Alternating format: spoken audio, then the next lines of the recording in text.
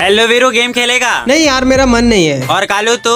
मेरा भी मन नहीं कर रहा यार खेलने का। क्या यार, मैं तो अपनी जीएफ को बुलाने वाला था, लेकिन तुम्हारा तो मन क्या यार कालू कैसा दोस्त है तू वीरू के साथ एक गेम नहीं खेल सकता? वीरू तू बुला अपनी जीएफ को, तेरा भाई खेलेगा तेरे साथ। लेकिन वीरू तेरा तो मन नहीं था अभी। अरे मन की माँ की भूत, अपना भाईचारा आएगा मजबूत, भाईचारा ऑन टॉप। यार की गैल चले।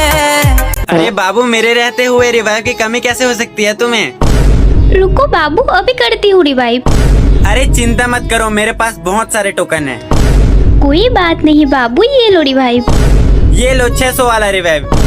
अपनी सांसों में महकता पाया है तुझे, हर ख्वाब में बुलाया है तुझे, क्यों न करे याद तुझको जब खुदा ने हमारे लिए बनाया है तुझे। हाँ हाँ, हनीमून भी यही मना ले भाई, हमें भी देख ले, हम भी हैं गेम में। बाबू अपने दोस्तों से भी पूछ लो एक बार, उन्हें रिवाइव चाहिए या नहीं। रुको अभी पूछता हूँ। हाँ भाई, तुम में से रिवाइव किसी को चाहिए? नहीं चाहिए, कोई बात नहीं।